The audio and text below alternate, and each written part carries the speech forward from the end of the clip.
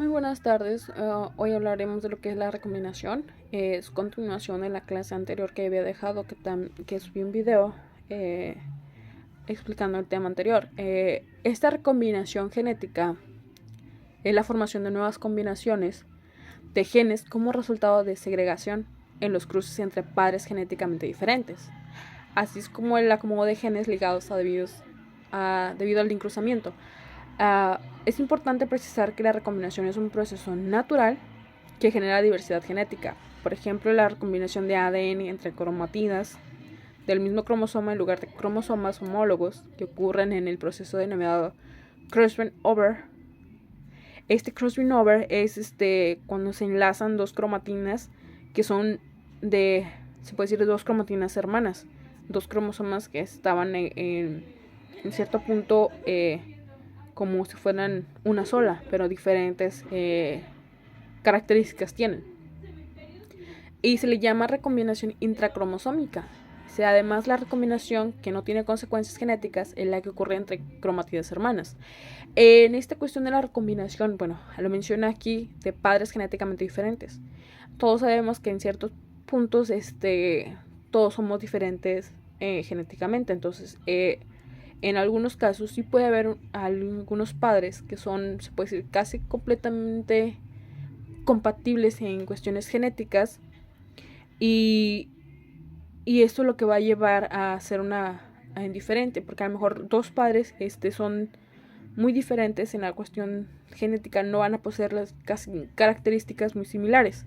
Entonces, todo aquí donde viene lo que es una recombinación para estas cuestiones. Uno de los ejemplos, dice, son los hongos. Se producen la recombinación genética cuando o durante la meiosis se mezclan los genes. Meiosis, recordemos, es un proceso en el que donde se va a desarrollar va a haber un cambio. Bueno, no es cambio. Es ¿cómo se llama? El proceso en el que va a haber mucha. ¿Cómo se llama? Más que nada, no es mucha, es una duplicación de información. Entonces aquí donde se van a mezclar a lo mejor algún gen con otro nuevo gen totalmente diferente y eso va a ser una combinación. Y dan como resultado un nuevo genotipo por la combinación de cromosomas parentales o el cruzamiento de cromosomas homólogos. Estos resultados pueden ser hongos más grandes, con un color ligeramente más claro o oscuro, entre otras. Cuando esto pasa, y también llega a pasar a veces en los humanos, a lo mejor, no sé, si eran, por ejemplo, de padres altos, pero a lo mejor hubo por ahí un cromosoma por ahí cambiante o algo, a lo mejor va a salir que el niño va a ser más chaparrito. En caso de estos hongos, bueno, ya lo menciona, hay hongos más grandes y de diferentes colores. Entonces, aquí es donde va a dar paso a una nueva especie, un nuevo gen, una nueva vida diferente. Entonces, a esto te va a ayudar a la recombinación que hubo, donde modifican las cuestiones genéticas.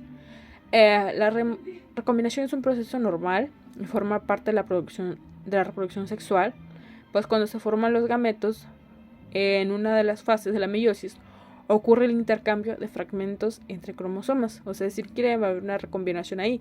Ya les mencionaba que en esa parte de la meiosis es cuando se duplican o sueltan todo lo que son los fragmentos de cromosomas.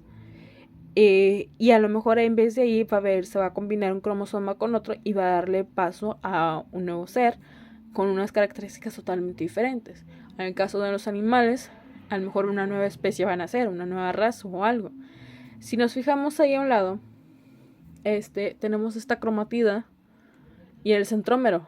Ok, esta es nuestra cromatina que va a estar ahí. ¿Dónde lo encontramos? En lo que es en la parte de las cadenas. Como esta es un ADN, tiene una doble hélice. En una de las hélices es donde se va a encontrar esta recombinación que puede suceder cuando hay una fractura y de un espacio a otro. ¿Por qué? Porque va componiendo aquí. Si se modifica, hay una recombinación en esta parte, precisamente justo aquí. Entonces esta cadena ya no va a ser igual, sino que va a tener una modificación y va a darle paso a una nueva especie. La recombinación genética en una hebra de material genético es donde se encuentra. Y usualmente lo que es en el ADN, pero también se encuentra lo que es en el ARN. Está rota y luego es unida a una molécula de material genético diferente. Desde la óptica de la biología evolutiva, esta mezcla de genes tiene varias ventajas, incluyendo la que le permite a los organismos reproducirse sexualmente y evitar el trinquete de Müller. Este trinquete es el proceso por lo que los genomas de una población asexual acumulan mutaciones perjudiciales de forma irreversible. Se da cuando los genomas heredan en bloques indivisibles este tipo de reproducción. Y más que nada, a lo mejor, como lo menciona aquí, es población asexual. Esta población asexual es la que por sí mismo se van a reproducir. Entonces, como ellos mismos se reproducen, no tienen con quién compartir las cargas genéticas. Entonces, es a lo que lleva a dar y les va a dar el paso a malformaciones, a lo que son las mutaciones.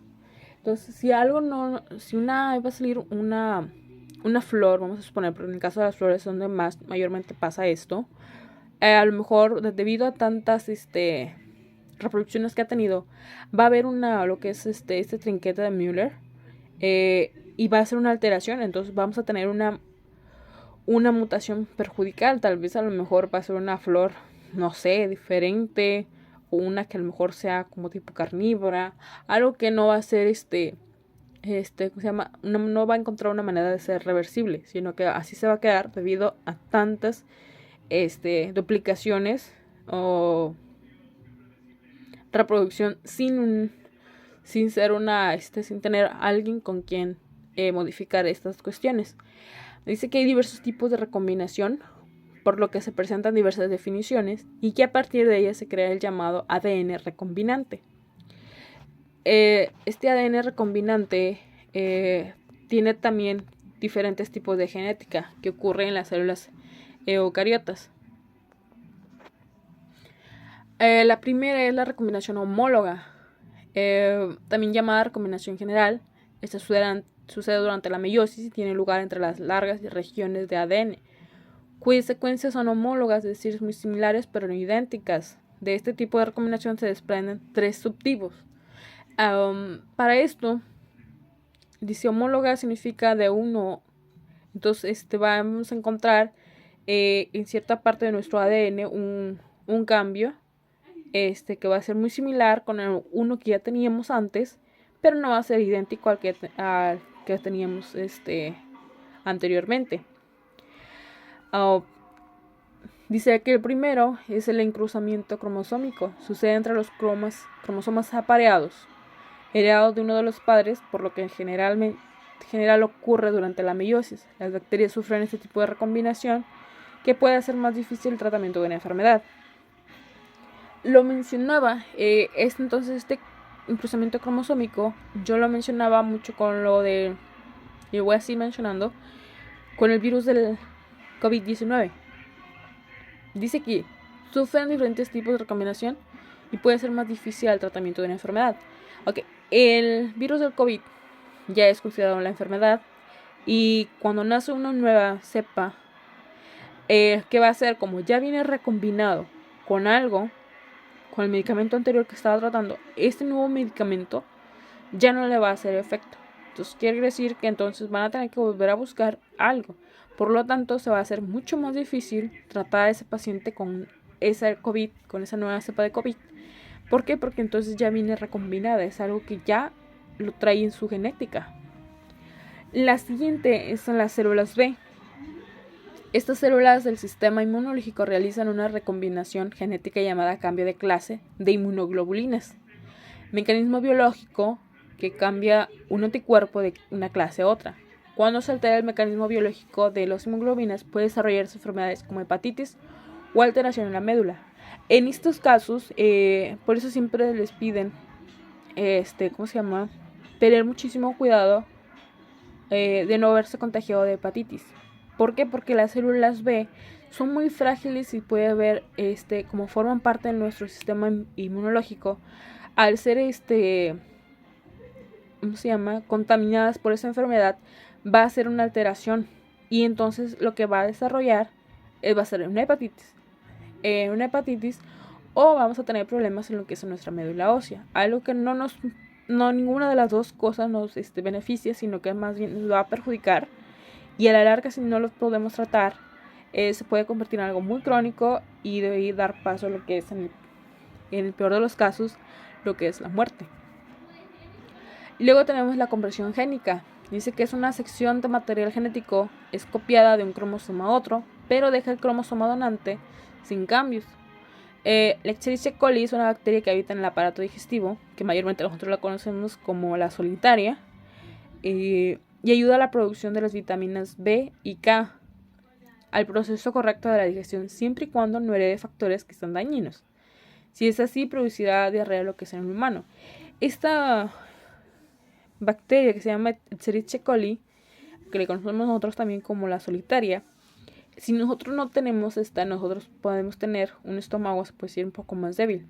¿Por qué? Porque aunque ella viva ahí, para nosotros, dentro de nosotros, ya lo mencionaba, ayuda a la producción de vitaminas, es beneficiosa.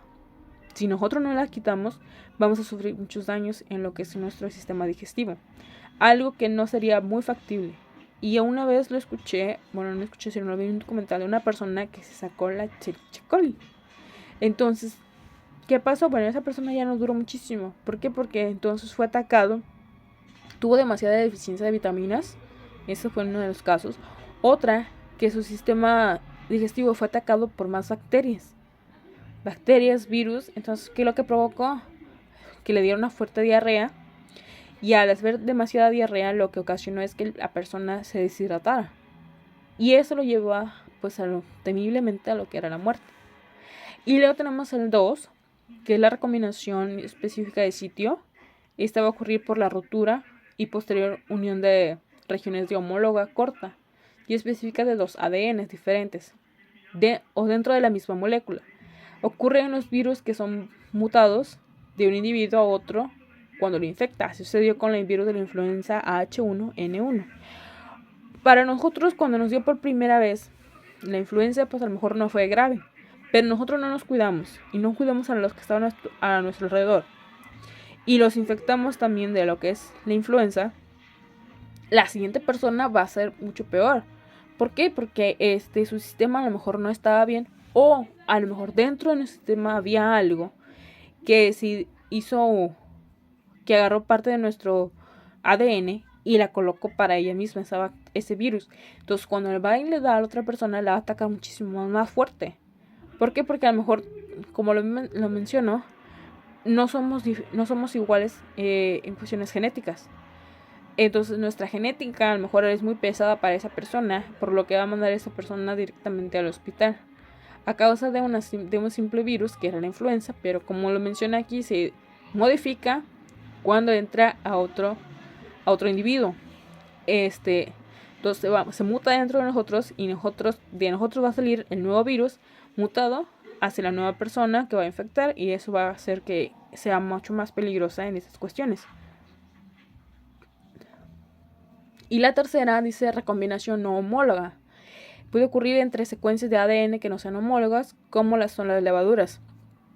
En esta sí se puede decir mucho más simple, pero pues la cuestión del ADN es lo primero que va a estar ahí presente, y en este caso las levaduras, pues bueno, ahí se encuentra mayormente. Luego tenemos lo que es la teoría neodarwinista, genética de población y posagenética. Pero ¿quiénes fueron los principales de la genética de población? Bueno, fueron Wright, Helden, Fisher, que además sentaron las bases de la genética cuantitativa.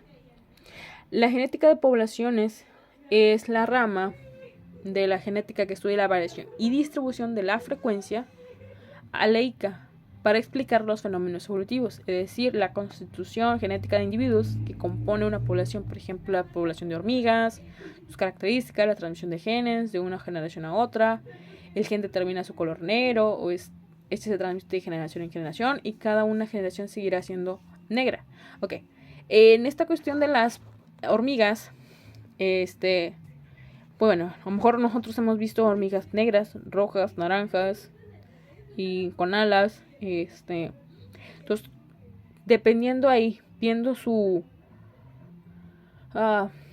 herencia genética, sus características, el tamaño de la población que sea y cómo va a transmitir sus genes de vuelta a una nueva generación. Ok, a lo mejor va a determinar si van a seguir siendo negras o van a cambiar de color o van a ser más grandes o van a ser chiquitas. Todo eso va a depender de lo que son las frecuencias aleicas o más que nada lo que es nuestra genética de la población. ¿Por qué? Porque esa población de hormigas pues va a ser como una pequeña ciudad a la cual vamos a investigar y vamos a ver cómo se va pasando de generación en generación todas las características que tiene. O en algún punto va a llegar a que a lo mejor va a cambiar hasta de color, ya no va a ser negra, sino va a ser roja. Entonces todo eso es lo que se va más que nada viendo en lo que es en la genética de poblaciones. Una población es un grupo de individuos de la misma especie, aislados reproductivamente de otros grupos afines. Es decir, es un grupo de organismos que comparten el mismo hábitat y se reproducen entre ellos. En el caso de las hormigas, ese es uno de los ejemplos que voy a dar. Otro también es el caso de nosotros. Pertenecemos casi al mismo hábitat y nos reproducimos entre nosotros, se puede decir en algunas cuestiones. ¿Por qué? Porque todos somos seres humanos, somos de la misma especie.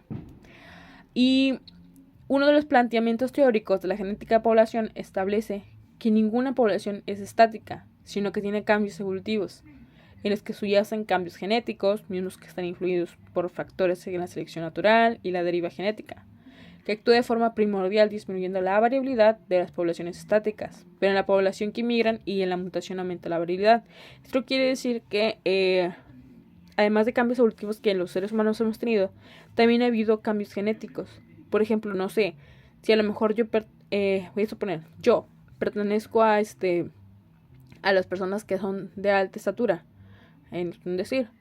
Entonces, si yo más adelante voy a hacer un cambio evolutivo, a lo mejor también se va a modificar mi gen y al rato ya no va a haber más personas más altas como yo, sino va a haber personas más bajitas. Entonces, ¿por qué? Porque a lo mejor sin querer yo me combiné me reproduje con alguien más que trae un gen de baja estatura.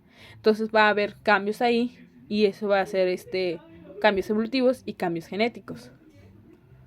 Luego tenemos la ley de Hardy-Weinberg. Y la ley de Hardy-Weinberg considera que la unión de los gametos solo ocurre por azar y ellos pueden suceder si en una población hay dos o más alelos de un mismo gen.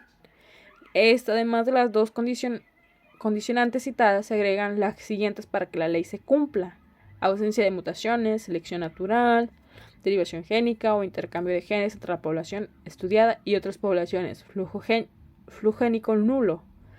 Luego está claro que de no existir estas fuerzas alteradas, las frecuencias genéticas de una población con reproducción abierta no cambia de una generación a otra, es decir, su evolución es nula. Si no tenemos a alguien más, no vamos a tener algún factor que va a hacer que evolucionen nuestros genes, sino que se va a convertir nada más en un gen que se va a quedar ahí, estancado, no va a evolucionar, no nada.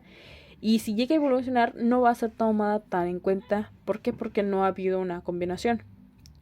La población ideal admite un equilibrio genético en la cual la frecuencia de los alelos y genotipos se mantiene en constante generación tras generación. Población ideal aquella, algo que nos va a requerir, que va a cumplir con todo lo que es una nueva población que debe formarse, es, por ejemplo, tiene que ser suficientemente grande, no hay una selección, los apareamientos son aleatorios, no existe migración, tiene una tasa de mutación constante.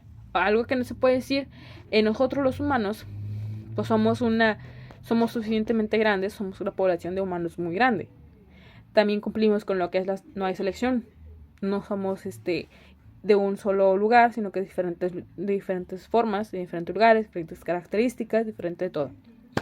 Esos apareamientos que son aleatorios, nosotros, se puede decir, escogemos con quién, a lo mejor una vez con uno y al siguiente otra. Eso no quiere decir que vayan a hacer lo mismo. Aleatorios más que nada significa que no estamos comprometidos solamente con una persona. Tal vez a lo mejor, sin ofender, sin nada, me ha tocado ver mujeres que tienen un hijo de uno y de otro y de otro.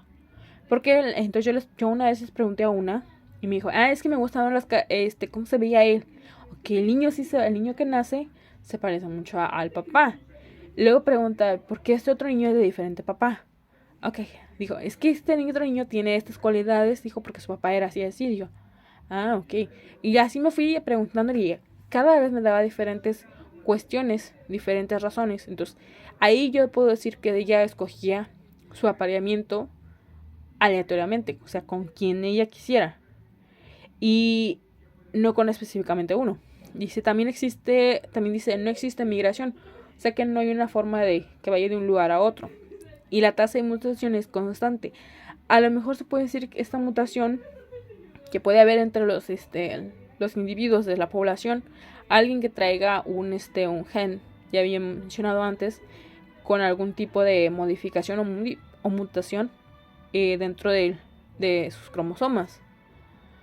Y también tenemos, dice, conocer la distribución esperada de los alveolos por apareamiento aleatorio es útil, porque no será posible estimar las frecuencias de los alveolos recesivos o características en una población, aunque desconozcamos su proporción en los organismos heterocigotos, que son los portadores, en los que no se expresa, porque aunque los organismos cambian constantemente por mutación, tienen un acervo genético que se mantiene constante y se hereda de una generación a otra, conservando las características que constituyen a la especie. Este acertivo genético se conoce como lo que es una posa genética, algo que ya había mencionado también. Por ejemplo, yo, supongamos, tengo un hijo, pero la persona con la que es el padre del bebé, a lo mejor mis genes no van a ser lo suficientemente fuertes contra los de él, sino que a lo mejor se van a quedar ahí, pero son por ellos, el nuevo bebé es el nuevo portador de sus genes, y así se va a ir, se va a mantener y se va a seguir heredando, hasta que en cierto punto va a salir y ahí va a haber una generación en que lo tenga, mientras se fue pasando de una generación y generación hasta otra generación. Luego tenemos los genes de la población y la selección natural. Si algunos de los organismos de la población tiene alveolos o combinantes genotípicas que les permiten vivir más y tener más hijos, esperaríamos que en la siguiente generación esos alveolos incrementaran su frecuencia en dicha población, mientras que, como resultado de la selección natural, los alveolos que hacen que sus portadores vivan menos o sean menos fecundos disminuyera su frecuencia en la población. Sin embargo, la influencia de la selección natural en las poblaciones depende de la forma en que se expresa fenotípicamente los genotipos. Esto quiere decir que no es cuestión de hay a lo mejor personas que, por ejemplo, no pueden tener hijos o son muy difíciles de tener hijos. Entonces esto va dependiendo también parte de lo que es la genética, pero más que nada en los genes de la población. Depende de con quién, a lo mejor ya lo traía, a lo mejor si no era la persona, la mujer la que tuviera algún problema, sino su esposo, a lo mejor ahí pasaría ese detalle, que a lo mejor su esposo no es el que pueda fecundar a una mujer o que batalle muchísimo, pero esto va dependiendo a sus genes de antes, la población a la que él pertenecía, que se puede decir que eran sus antepasados. Y la selección natural actúa sobre los fenotipos. Sus consecuencias serán diferentes si hay dominancia o condominancia entre los alveolos. Este último caso, también las consecuencias evolutivas en las poblaciones serán diferentes si el alveolo dominante o el recesivo son favorecidos por la selección natural. En esta cuestión, selección natural, se puede decir que para el nuevo individuo va a seleccionar cuál es el que va a agarrar. Ya sea el dominante o el recesivo, uno de ellos dos va a ser el más favorecido y tal vez pueda ser el nuevo que va a encontrarse en el nuevo individuo. Por último, voy a dejar esta actividad. Van a investigar ustedes las características de los habitantes de su comunidad. En este caso, de su entorno, de las personas con las que viven, su familia, sus amigos, etc. Van a escribirlo en su cuaderno. La siguiente lista. La lista debe de incluir esta lista esas características para que aparecen Y pueden ustedes considerar otros que consideres puedes obtener con facilidad en tu comunidad. ¿Qué otras más, aparte de estas características que ustedes ven, hay más en lo que es, por ejemplo, su comunidad? Vamos a suponer su familia. Aparte de esas características que estoy poniendo, a lo mejor hay otro tipo de características, no sé, ¿cómo se llama? En este caso puse estatura promedio de los hombres, de las mujeres, color de tipo y cabello, color de ojos, de piel, complexión en hombres y mujeres. A lo mejor ustedes van a ver, no sé, algo más aparte de esto. Por ejemplo, en ¿cómo se llama? La capacidad que tengan, no sé, pues para determinar algo. A lo mejor hay más características. Dependiendo de lo que ustedes le vean a su comunidad, es lo que ustedes van a ver. Por ejemplo, en la estatura promedio de varones, voy a suponer mi familia. Ok, mi familia son 8 hombres. Todos miden casi la misma estatura, perdón, 1,75. Si acaso nada más va a haber uno que a lo mejor mida menos de 1,75. Y ahí va a ser una característica diferente. Tengo en la cuestión de las mujeres. Hay mujeres, nada más son, por ejemplo, 3. De las 3, pues una mide 1,50. La otra mide 1,65 y la otra 1,71. Entonces ahí va viendo, no hay una estatura promedio porque cada una es muy diferente. Y luego está el color y el tipo de cabello. Okay, el color del tipo y el cabello, pues como es el cabello, ondulado, lacio, chino, como ustedes lo vean, el color puede cambiar, ya sea café. Ahora con la modalidad de los colores, pues puede cambiar diferente. Y así se van a ir ustedes y van a ver si encontrarán más características que puedan encontrarse. Bueno, esto es todo por esta clase. Nos vemos en la siguiente clase. Que tengan una linda tarde.